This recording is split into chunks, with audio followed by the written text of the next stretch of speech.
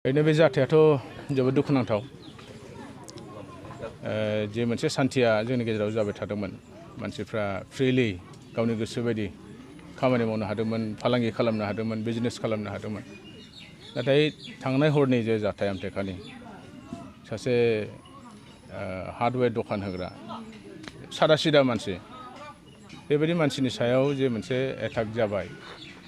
सासे निर्दोषी मानसिखौ जे गावनाय जाबाय जोबोद दुखुनांथाव आरो बेनिफ्राय आरो दुखुनांथावसिन जाथाय थानो हाया दा बेखौ जों चिरां जिल्ला इउपिपिएलनिफ्राय दुखु मोननाय फोरमायबाय लोगोसे बे जाथायखौ जाय मावदों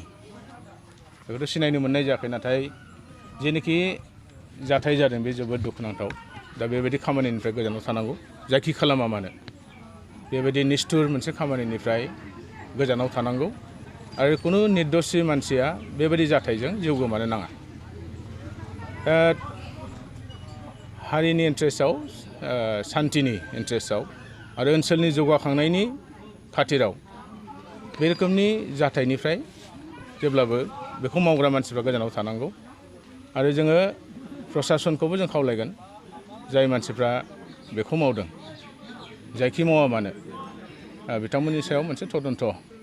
डिपार्टमेन्टनिफ्राय खालामनांगौ आरो इयुनाव जाहाथे बे रोखोमनि जाथाया जानो हाया बिनि सायावबो गोख्रों मोनसे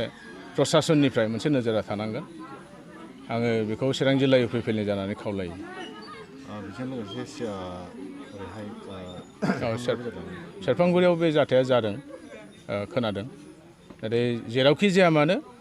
क'क्राझाराव जाथों चिराङाव जाथों सेरफांगुरि जेरावखि जाया मानो बे रोखोमनि जाथाया जेरावबो जानो नाङा